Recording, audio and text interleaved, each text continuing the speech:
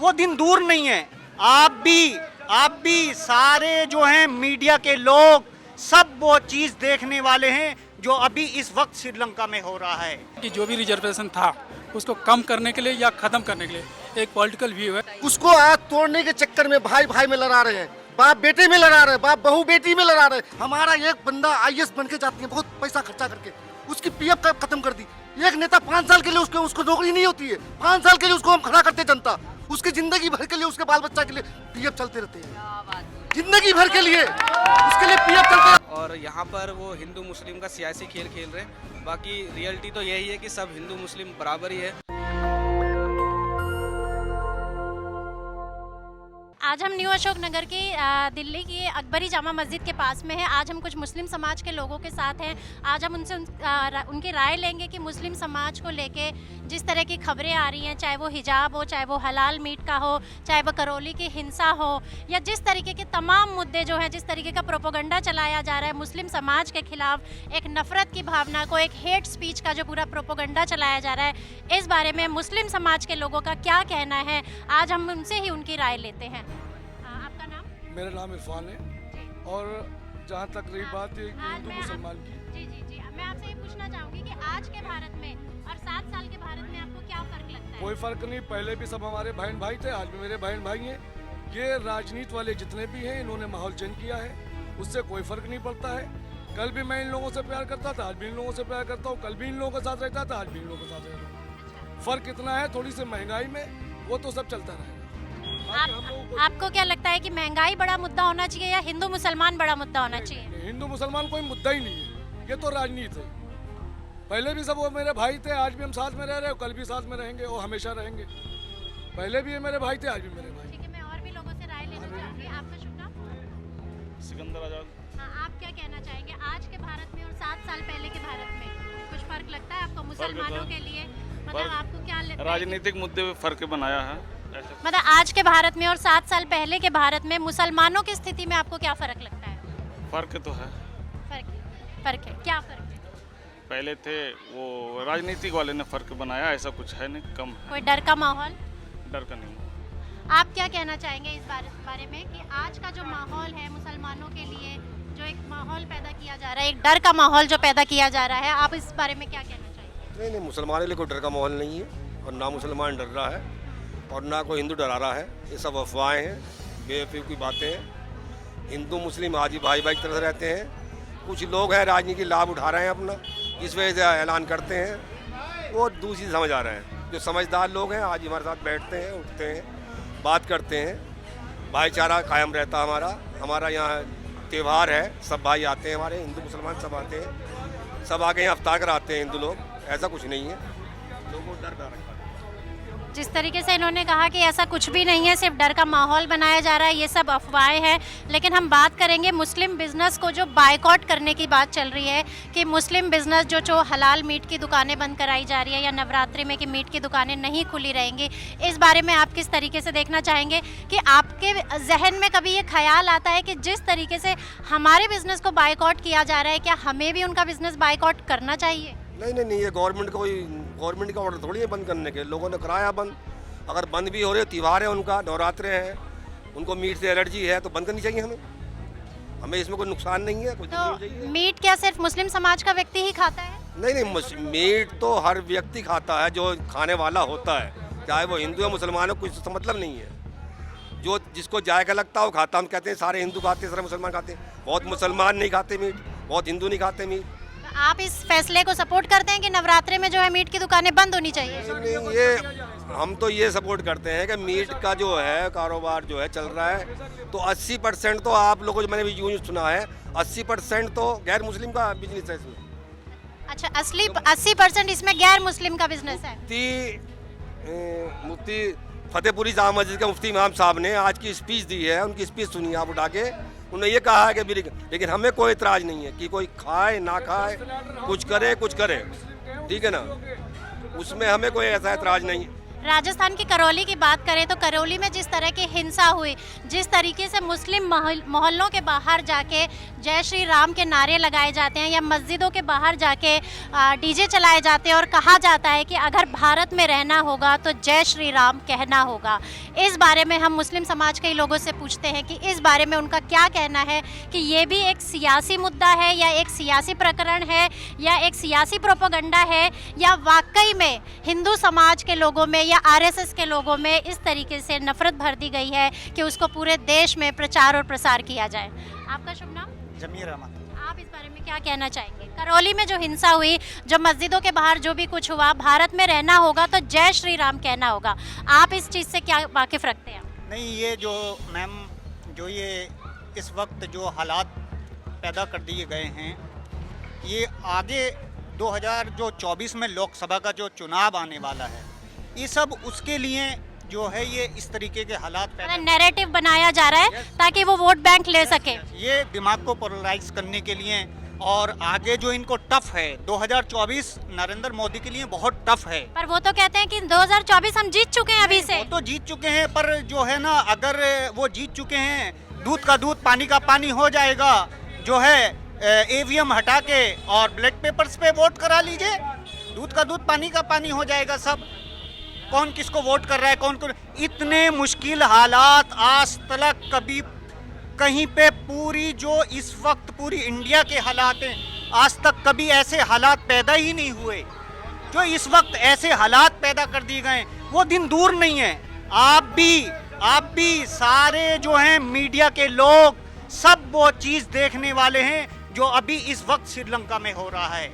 वो हमारी इंडिया में दिन दूर नहीं है, वही हालात हमारे लिए होने वाले हैं। तो आपको तेल के लिए हमें तेल के लिए जूझना पड़ेगा। आपको क्या लगता है पोलराइजेशन जो है जनता के आम मुद्दों को छुपाने का एक जरिया है? हाँ, ये बिल्कुल सच बात है। मुद्दा, जनता के मुद्दे कौन से हैं? खाने के लिए क्या है, रोजगार कहाँ है? ये जो पढ़े लिखे इतने जो पैसा लगा के जो डिग्रियां हासिल कर रहे हैं, तो उनके पास क्या है? उनको तो पहले ही 2014 में बोल दिया गया था, जब पढ़े लिखे जनरेशन लोगों ने, जो बच्चों ने जो मुद्दा उठाया था कि हमारे लिए क्या दिया जाएगा, हमें रोजगार दो, हमने जो पढ़ाई लिखाई की है। तो इन्होंने पहले ही कह दिया था कि हाँ, जाओ चौराहों में ठेलियाँ लगाओ, पकोड़े छानो, तलो और पकौड़ियाँ बेचो।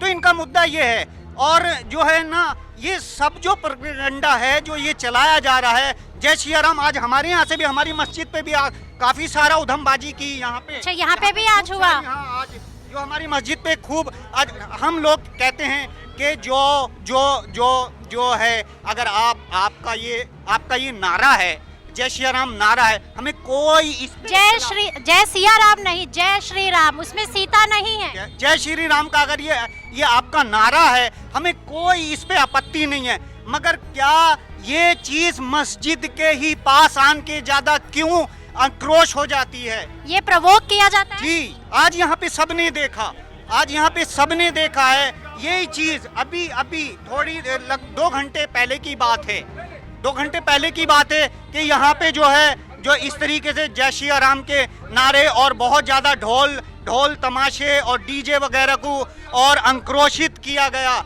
जो मतलब लोगों के अंदर एक भड़ास होती है कि मस्जिद को देखते हैं या मुसलमान मोहल्ले को देखते हैं तो वो आक्रोशित होते हैं। जय श्री राम के महत्व को इन्होंने खत्म कर दिया। बिल्कुल खत्म कर दिया। ये अपना एक हम वाली बात है कि हम ही हैं, हम ही से देश नहीं चलता। जब हम सब मिलके खड़े होंगे जब देश चलेगा। 10-10, 50-50 आदमी निकलते हैं, जय श्री राम का नारा लगा के जाते हैं। हमें इससे कोई नफरत नहीं है। आप एक बार नहीं 10 बार निकलो, कोई दिक्कत नहीं है। हमारे दिलों में जो मोहब्बतें हैं ना, वो हमेशा कायम रहेंगी और कायम रहेंगी। ये राजनीति वाले जो है ना, जो नफरतें फैलाते हैं, हम लोगों के आपस में दूरियां बनाते हैं, लेकिन दूरियां बनाने से नहीं बनती हैं। लेकिन चुनाव के नतीजे तो ये दिखाते हैं कि दूरियां बन चुकी है। मैम, चुनाव का नतीजा आप भी जानती हो, हम भी जानते हैं कि चुनाव कैसे जीते जाते हैं। अब वो चुनाव नहीं रह गए जो पहले चुनाव होते थे। मैं भी एक टेक्निकल का बंदा हूँ, मैं सब जानता हूँ क्या होता है क्या नहीं होता है। ठीक है मैम, कहीं ना कहीं ईवीएम से चुनाव जीते जाते हैं। श्योर क्यों कहला। मैं ये सच्चाई नहीं कहना चाहता हूँ कि ईवीएम से क्यों नहीं। अगर अपोजिट कहता है कि ईवीएम को बंद कीजिए, ठीक है, एक बार बंद कर देना चाहिए। ये तो सुप्रीम कोर्ट में भी ये बात गई थी ईवीएम वाली, आप बैलेट पेपर से क्यों नहीं इलेक्शन करवाते हो? बैलेट पेपर से इलेक्शन करवाइए, पता चल जाएगा दूध का दूध पानी का पानी। आपको क्या लगता है पोलराइजेशन का सहारा क्यों लिया जाता है? ऐसे कौन से मुद्दे हैं जो सरकार जिनको दबाना चाहती है, छुपाना चाहती है? ऐसे कौन से काम है जो धरातल पे नहीं हुए और उनके लिए हिंदू, मुसलमान, हिजाब, मीट, हलाल, इस तमाम तरह के मुद्दों को सामने लाया जा सकता है? क्या वो इकोनॉमी से जुड़ा हुआ है, डेवलपमेंट से जुड़ा हुआ है? आपको क्या लगता है? मेनली क्या है कि यहाँ पे लोग काफ़ी ज़्यादा बेरोजगारी का सामना कर रहे हैं और वो इस चीज़ को पूरा नहीं कर पा रहे हैं, तो इस वजह से हम कह सकते हैं कि वो अपनी जो वर्क है उसको छुपा रहे हैं और यहाँ पर वो हिंदू मुस्लिम का सियासी खेल खेल रहे हैं। बाकी रियलिटी तो यही है कि सब हिंदू मुस्लिम बराबर ही है। मैं यहाँ पे बचपन से रह रहा हूँ काफ़ी टाइम से, यहाँ पे ऐसा कुछ भी नहीं है। बट ये पार्टी की जो भी आप समझो बीजेपी पार्टी की, ये थोड़ी सी नेगेटिविटी है जो लोगों के अंदर भरा जा रहा है ताकि वो किसी भी तरह इस चीज़ से ओवरकम आए। और जैसे चाइना में आपने देखा होगा कि एक कम्युनिस्ट पार्टी राज कर रही है, तो आने वाले समय में शायद ये चीज़ ना हो जाए इंडिया में भी।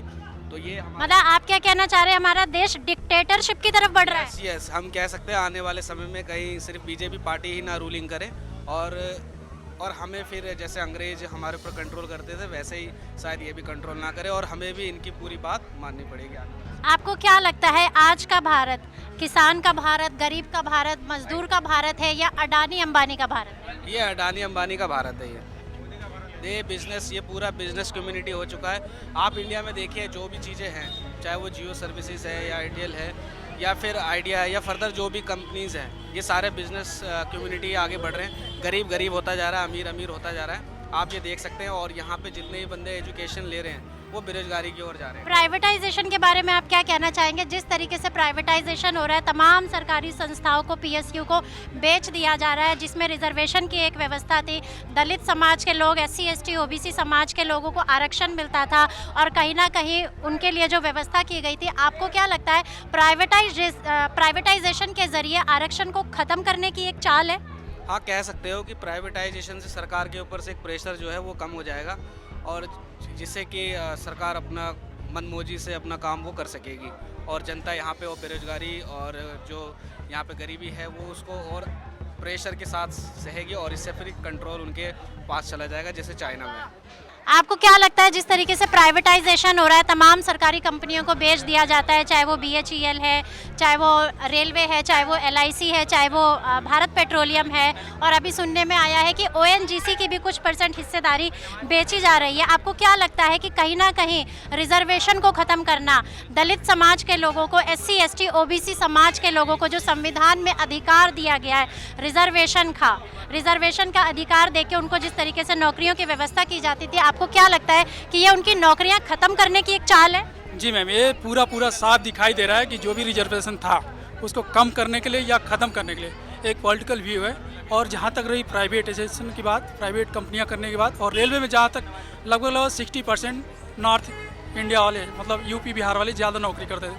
अभी क्या है, वो प्राइवेट होने के बाद उनकी सारी नौकरियाँ चली गई, सारे इंग्लिश मीडियम वाले जो हैं वही नौकरी कर पाएंगे। मतलब ये अमीरों का भारत हो गया, अडानी और अंबानी का।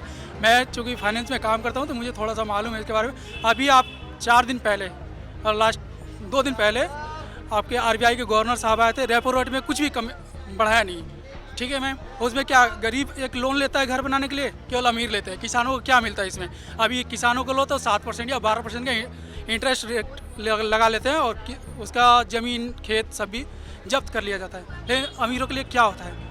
अभी अदानी का अगर डायरेक्ट हम बात करें तो अदानी की एक नया कंपनी लॉन्च हुआ, AWL अदानी वालीमार, उसका देखो मैम क्या हुआ। अभी HUL आपका MDH मसाला था, उसको HUL ने टेक ओवर कर लिया। तो सब तो अमीरों का ही देश है, गरीब के लिए क्या मिल रहा है?